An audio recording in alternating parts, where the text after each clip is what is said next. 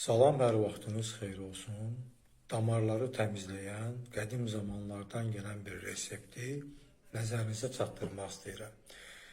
Bu qarışımı hər gün səhər ac qarnına yeməkdən 1 saat qabaq qəbul etmək olar. Bunun üçün bir xörək qaşığı zeytun yağına 25-26 damcı limon suyu əlavə edirsiniz və qəbul edirsiniz. Daxilə qəbul olunur.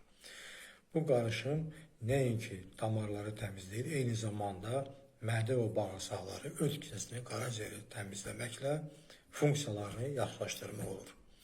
Zeytun və limonun qarışığı maddələr mübadiləsini yaxşılaşdırır, həzmi yaxşılaşdırır, qəbizliyi aradan götürür. Bədəndən həzm olunmayanları xaric edir. Bu qarışımı hər gün səhər bir xörək qaşığı qəbul etmək olar. Hamınıza can sağlığı arzulayıram, özünüzdən müğayət olun.